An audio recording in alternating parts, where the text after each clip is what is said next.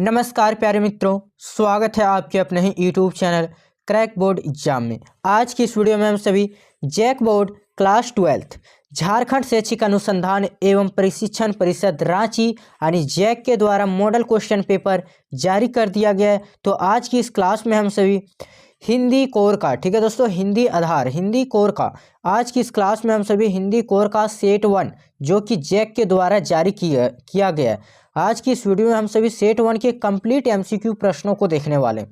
तो आप सभी वीडियो में अंत तक बने रहिएगा और अगर वीडियो अच्छा लगे तो वीडियो को लाइक करके हमारे चैनल को सब्सक्राइब कर लीजिएगा, क्योंकि इस चैनल पे इस तरह के वीडियो जैसे रोजाना अपलोड किए जाते हैं। तो चलिए आगे बढ़ते हैं और देखिए इंस्ट्रक्शन में दिए गए सामान्य निर्देश में जो दिया गया दोस्तों, परीक्षार्थी यथासंभव निर्देशानुसार अपने शब्दों में उत्तर दें। विद्यार्थी को जो स्टूडेंट को अपने शब्दों में ही उत्तर लिखना है जो भी प्रश्न पूछा जाए। सभी प्रश्न अनिवार्य हैं। कुल प्रश्नों की संख्या 52 है जो 4 खंडों क ख ग घ में विभक्त है। ठीक है प्यारे मित्रों, खंड क में देखिए प्रश्न संख्या 1 से 30 तक बहुविकल्पीय प्रश्न है। प्रत्येक प्रश्न के 4 विकल्प 4 ऑप्शन दिए रहेंगे। सही विकल्प का चयन कीजिए। प्रत्येक प्रश्न का मान जो है 1 अंक निर्धारित है। अगला खंड ख में देखिए प्रश्न संख्या 31 से 38 अति लघु उत्तरीय प्रश्न है, जिसमें किन्हीं 6 प्रश्नों का उत्तर देना अनिवार्य है।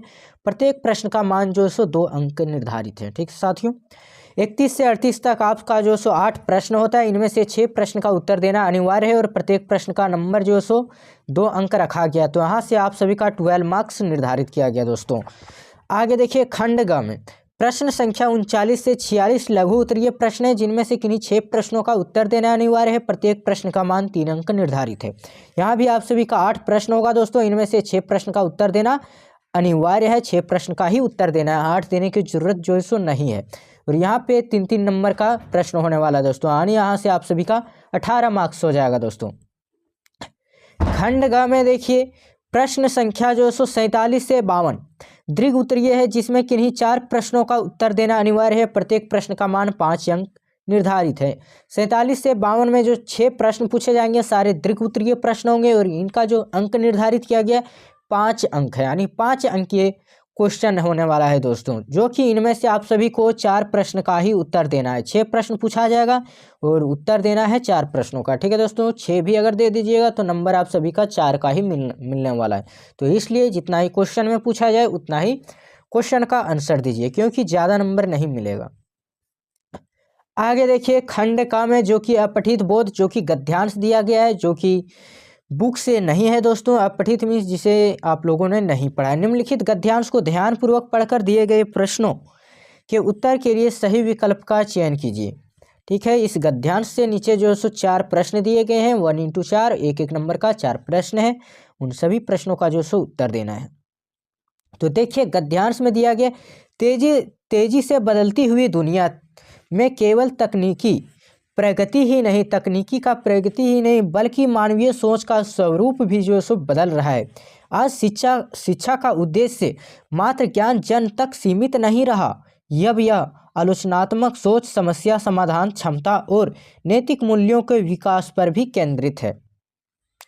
20वीं सदी के उत्तरार्ध में जब कंप्यूटर इंटरनेट का आगमन हुआ, आगमन कंप्यूटर का जो कब हुआ था, इंटरनेट कंप्यूटर का आगमन, तो 20वीं सदी में। ठीक है दोस्तों, 20वीं सदी में एक इम्पोर्टेंट प्रश्न बन सकता है। तब लोग मानते थे कि केवल कार्य कुशलता बढ़ाने का साधन है। क्या कार्य कुशलता बढ़ाने का जो एक साधन है, परंतु ऐसा नहीं हुआ। परंतु 21वीं सदी में यह धारणा बदल गई। डिजिटल माध्यम ने न केवल सूचना तक पहुँच आसान की, बल्कि मनुष्य के विचार विनिमय के तरीके भी बदल दिए। इसका परिणाम यह हुआ कि अब कोई भी व्यक्ति केवल जानकारी रखने भर श्रेष्ठ नहीं माना जाता, बल्कि उस जानकारी का विश्लेषण, उपयोग और नवाचार करने की क्षमता ही उसकी असली पहचान बन गई है। हालांकि तकनीकी ने अभूतपूर्व अवसर जो प्रदान किए, फिर भी इसने कुछ गंभीर चुनौतियां भी खड़ी की है। सूचनाओं को बाढ़ में सत्य और असत्य की पहचान कठिन हो गया। सत्य और असत्य का पहचान करना जो कठिन हो गया। इसके अलावा आभासी संवाद ने प्रत्यक्ष मानवीय संवेदनाओं को कमजोर किया। इस परिस्थिति में शिक्षा का एक महत्वपूर्ण दायित्व यह है कि वह विद्यार्थियों में न केवल ज्ञान बल्कि विवेक और करुणा का भी विकास करे। विवेक और करुणा का भी जो सो विद्यार्थियों में क्या विकास करना होगा। ठीक है दोस्तों, भविष्य में वही समाज अग्रणी होगा। भविष्य में वही विद्यार्थी वही समाज जो सो अग्रणी होगा, आगे बढ़ाएगा। तकनीकी दक्षता के साथ साथ नैतिक बोध, सृजनात्मक और मानवीय संवेदनशीलता को भी समान महत्व देगा। केवल मशीनें बनाना जो सो पर्याप्त नहीं, उन्हें सही दिशा में प्रयोग करने के लिए मानवता की गरिमा सर्वोपरि रखना आवश्यक है। केवल मशीन बनाने से नहीं होगा, उसे जो सो उपयोग करने वाला भी जो सो होना चाहिए। तो देखिए, अनुच्छेद के अनुसार 21वीं सदी में व्यक्ति की श्रेष्ठता किससे निर्धारित किया गया, जो कि मैंने बताया इम्पोर्टेंट है। तो किससे किया गया है दोस्तों, तो जानकारी का विश्लेषण, उपयोग और नवाचार करने की क्षमता से। तो राइट आंसर क्या हो जाएगा, ऑप्शन बी बिल्कुल सही आंसर। आगे देखिए क्वेश्चन नंबर 2, लेखक ने आभासी संवाद का कौन सा नकारात्मक प्रभाव बताया। तो कौन सा जो सो नकारात्मक प्रभाव बताए, तो मानवीय संवेदनाओं का कमजोर होना।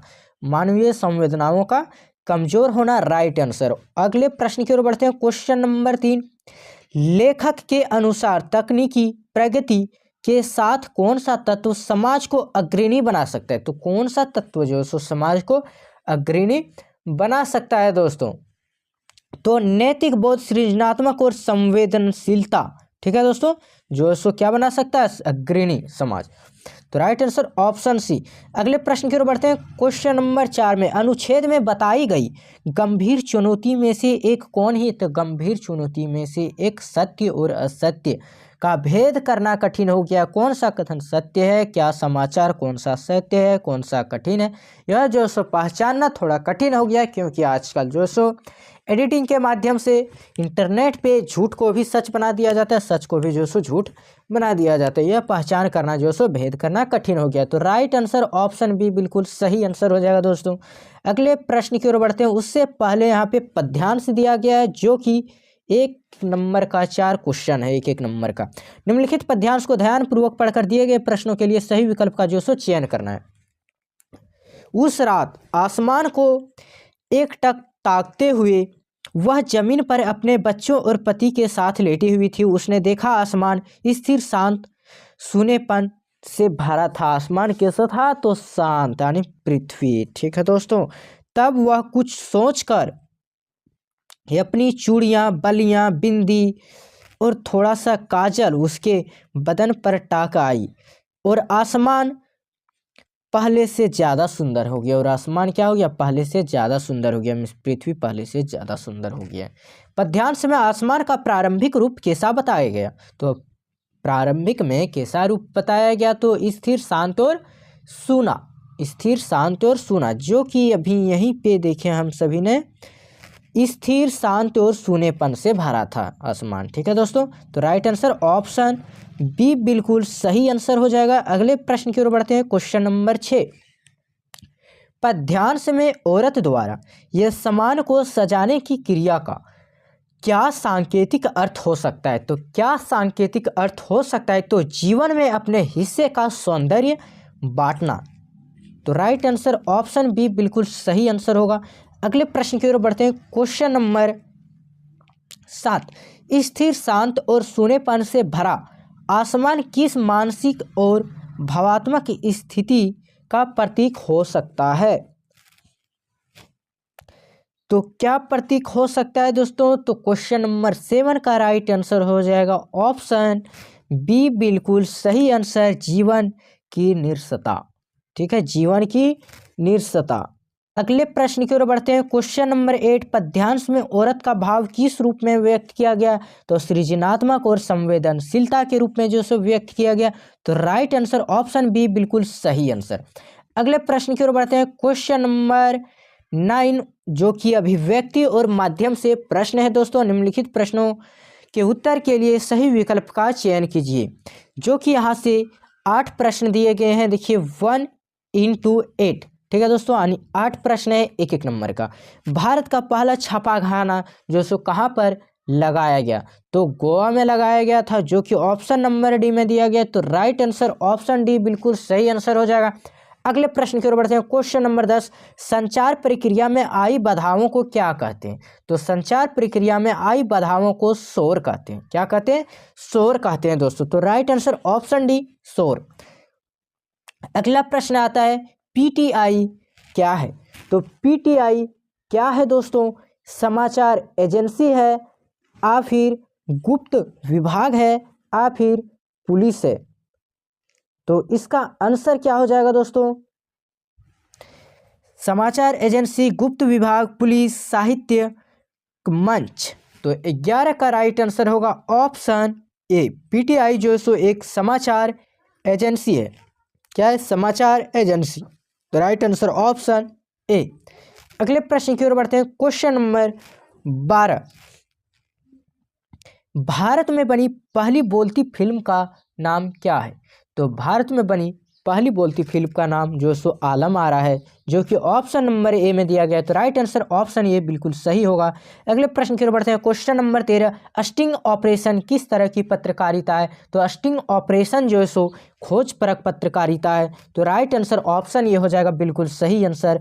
अगले प्रश्न की ओर बढ़ते हैं दोस्तों। क्वेश्चन नंबर 14, समाचार लेखन के 6 कंकार। समाचार लेखन के जो सो 6 कंकार हैं। कब, कहाँ, कैसे, क्या, कौन, क्यों। यह जो सो 6 हैं। किस लेखन में जो सो किस लेखन में उपयोग होता है? निबंध लेखन, पत्र लेखन, संवाद लेखन, या फिर समाचार लेखन में? तो किस में प्रयोग होता है? तो समाचार लेखन में। कब घटना हुआ, कहाँ हुआ, कैसे हुआ, ठीक है दोस्तों, ये सब का प्रयोग जो होता है सो समाचार लेखन में। तो राइट आंसर ऑप्शन डी बिल्कुल सही हो जाएगा। अगले प्रश्न की ओर बढ़ते हैं। क्वेश्चन नंबर 15, अखबार की आवाज़ किसे माना जाता है? तो अखबार की आवाज़ जो है सो संपादकीय को माना जाता है, जो कि पत्र को लिखते हैं, संपादकीय। तो राइट आंसर ऑप्शन सी। अगले प्रश्न की ओर बढ़ते हैं। क्वेश्चन नंबर 16, इंटरनेट पत्रकारिता के नकारात्मक पहलू कौन से हो सकते हैं? इंटरनेट पत्रकारिता के जो सो नकारात्मक पहलू कौन हो सकता है दोस्तों? तो अश्लीलता ये भी हो सकता है, महंगी तकनीक ये भी हो सकता है, गलत प्रचार, क्योंकि गलत भी होता है इंटरनेट के माध्यम से। तो राइट आंसर चला जाएगा ऑप्शन डी बिल्कुल सही, उपयुक्त सभी हो सकता है। ठीक है साथियों, अगले प्रश्न की ओर बढ़ते हैं। क्वेश्चन नंबर 17, जो कि पाठ्य पुस्तक से लिया गया है, गद्यांश है दोस्तों। तो आप सभी चैप्टर को पढ़े होंगे भली भांति। देखिए यहाँ एक अंतर चिन्ह लेना बहुत जरूरी है। मन खाली नहीं रहना चाहिए, इसका मतलब यह नहीं कि वह मन बंद रहना चाहिए। ठीक है, मन बंद रहना चाहिए, इसका अर्थ ये नहीं है।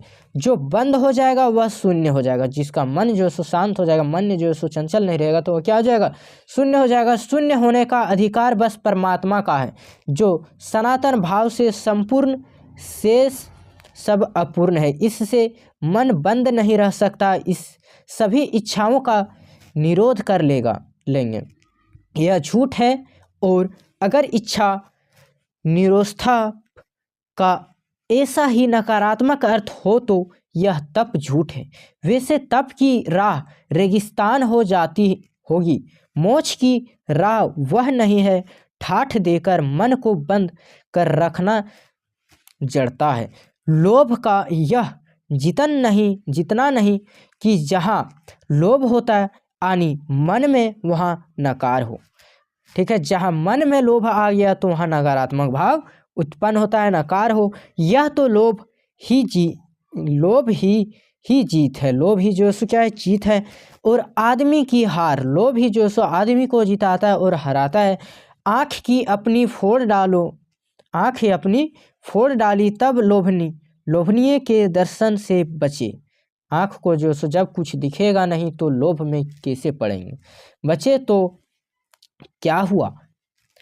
ऐसा क्यों लोभ मिट जाएगा? और कौन कहता कि आँख फूटने पर दिखना बंद हो जाएगा? क्या आँख बंद करके हम सपने नहीं लेते? यानी सपने तो देख सकते हैं आँख बंद, क्योंकि सोते सोते सपने देखते हैं आँख बंद होते हुए भी। और सपने क्या चैन भंग नहीं करते? तो करते हैं। इससे मन को बंद कर डालने की कोशिश तो इच्छा अच्छी नहीं है, वह अकार्थ है। यह तो हठ वाला योग है, शायद हठ ही हठ योग नहीं। इससे मन कृश भले हो जाए और पीला और असक्त जैसे विद्वान का ज्ञान वह मुक्त ऐसा नहीं होता, इससे व्यापक और जगह संकीर्ण और विराट की जगह क्षुद्र होता है। ठीक है, संकीर्ण कम जगह और विराट की जगह जो होता है क्या होता है, क्षुद्र हो जाता है, कम हो जाता है। इसलिए उसका रोम रोम मूंद कर बंद तो मन को करना नहीं चाहिए। वह मन पूर्ण कब है, हम पूर्णता होती जो सो हम में पूर्णता होती है तो परमात्मा से अभिन्न हम महाशून्य ही ना होते। यह पूर्ण है, इसी से हम सच्चा ज्ञान सदा इसी अपूर्णता के बोध को हम में गहरा करता है। सच्चा कर्म सदा अपूर्णता, सच्चा कर्म सदा जो सो अपूर्णता की स्वीकृति के साथ होता है। अतः उपाय कोई वही हो सकता है जो बलता मन को रोकने को ना कहे, जो बलता मन को जो सो रोकने को ना कहे, जो मन को भी इसलिए सुने क्योंकि वह यह प्रयोजनीय रूप से हमें नहीं प्राप्त हुआ। हाँ, मन मान्यपन की छूट मन को ना हो, क्योंकि यह अखिल का अंग है, खुद कुल नहीं। आगे आपका प्रश्न स्टार्ट होता है दोस्तों, क्वेश्चन नंबर 17। तो आप सभी जो सो वीडियो को लाइक कर दीजिए ताकि अधिक से अधिक लोगों के पास वीडियो पहुंचे और आपके लाइक से ही जो सो हमें मोटिवेशन मिलता है। गद्यांश में मन बंद होने का क्या अर्थ है? तो मन बंद होने का अर्थ है इच्छाओं को जो सो समाप्त करना। ठीक है, इच्छाओं को मार डालना।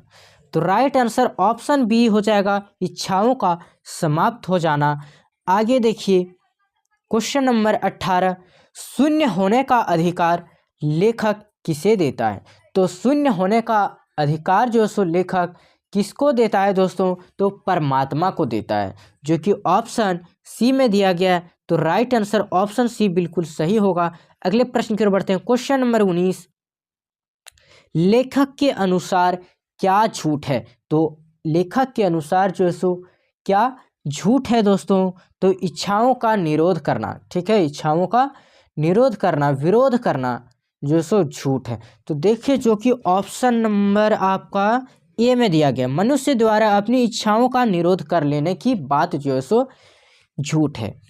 आगे देखिए क्वेश्चन नंबर 20, मन अखिल का अंग है, मन जो सो अखिल का अंग है, खुद कुल नहीं। इस कथन का निहितार्थ जो सो क्या है? तो इस कथन का निहितार्थ क्या हो जाएगा दोस्तों? तो मन को मनमानी की छूट नहीं होनी चाहिए। मन को जो सो मन जैसे बोलता है उस प्रकार से हमें नहीं करना चाहिए, अपने दिमाग से सोचना चाहिए, अपने दिमाग से जो सो काम लेना चाहिए। तो राइट आंसर ऑप्शन बी बिल्कुल सही आंसर होगा, मन को मनमानी की छूट नहीं होनी चाहिए।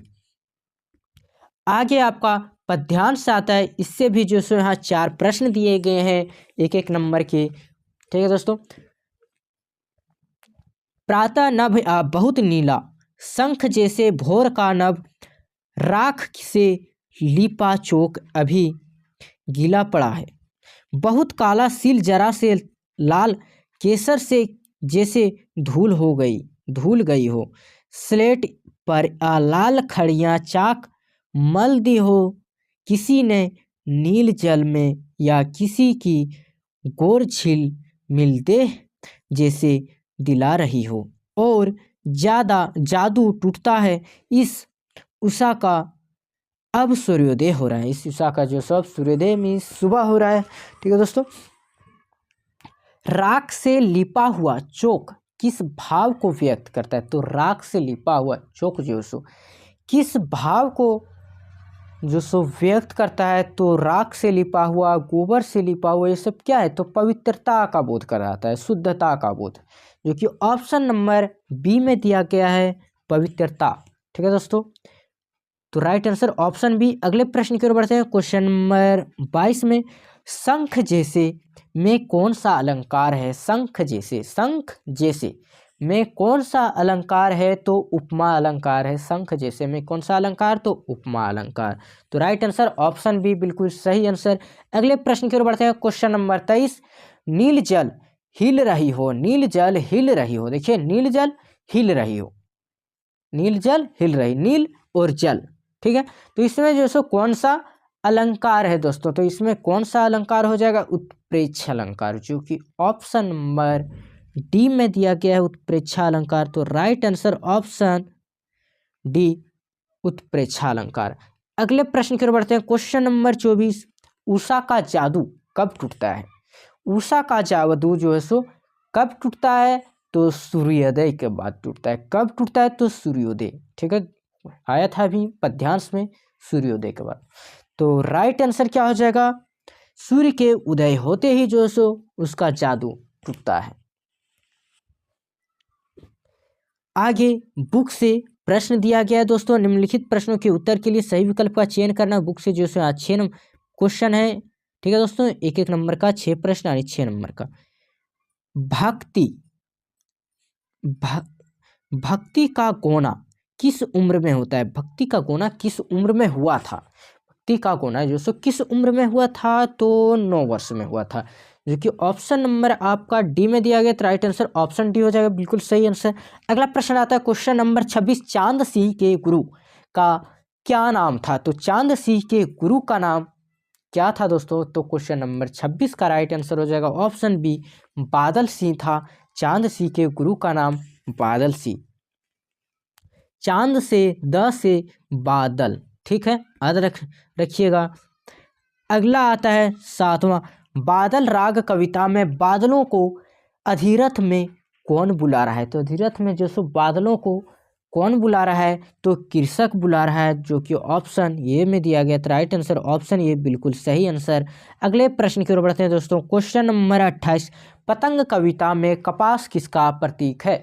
तो पतंग कविता में जो सो कपास किसका प्रतीक है, तो कोमलता का प्रतीक है, ठीक है दोस्तों, कोमलता का प्रतीक है। तो राइट आंसर ऑप्शन बी बिल्कुल सही आंसर होगा। अगले प्रश्न की ओर बढ़ते हैं। क्वेश्चन नंबर 29, सिल्वर वेडिंग शादी का कौन सा साल होता है। सिल्वर वेडिंग शादी का कौन सा साल होता है, 50, 25, 23 या फिर 20। तो कौन सा होता है, तो 25 होता है। सिल्वर वेडिंग 25 साल। तो right answer option B 25। Next प्रश्न आता है क्वेश्चन नंबर 30, जो कि MCQ प्रश्न का अंतिम प्रश्न है दोस्तों, बहुविकल्पीय प्रश्न का अंतिम क्वेश्चन है हिंदी कोर का। झूठ कहानी किस मराठी उपन्यास से ली गई है। झूठ कहानी जो सो मराठी किस मराठी उपन्यास से जो सो लिया गया है दोस्तों, तो झोभी से, जो कि ऑप्शन नंबर ए में दिया गया। तो राइट आंसर ऑप्शन ए हो जाएगा, बिल्कुल सही आंसर दोस्तों। तो आज की इस क्लास में हम सभी जो सो क्लास 12 हिंदी कोर का कंप्लीट MCQ कुल 30 MCQ प्रश्नों को देख लिए हैं दोस्तों। नेक्स्ट क्लास में आप सभी को किस टॉपिक पे वीडियो चाहिए कमेंट करके ज़रूर बताइएगा, ताकि मैं उस टॉपिक पे वीडियो बनाकर इस चैनल पर अपलोड कर दूंगा और आप सभी उसे देखकर एग्जाम में अच्छा स्कोर कर सकेंगे। फिर मिलते हैं अगले वीडियो में, तब तक के लिए धन्यवाद। जय हिंद, जय भारत।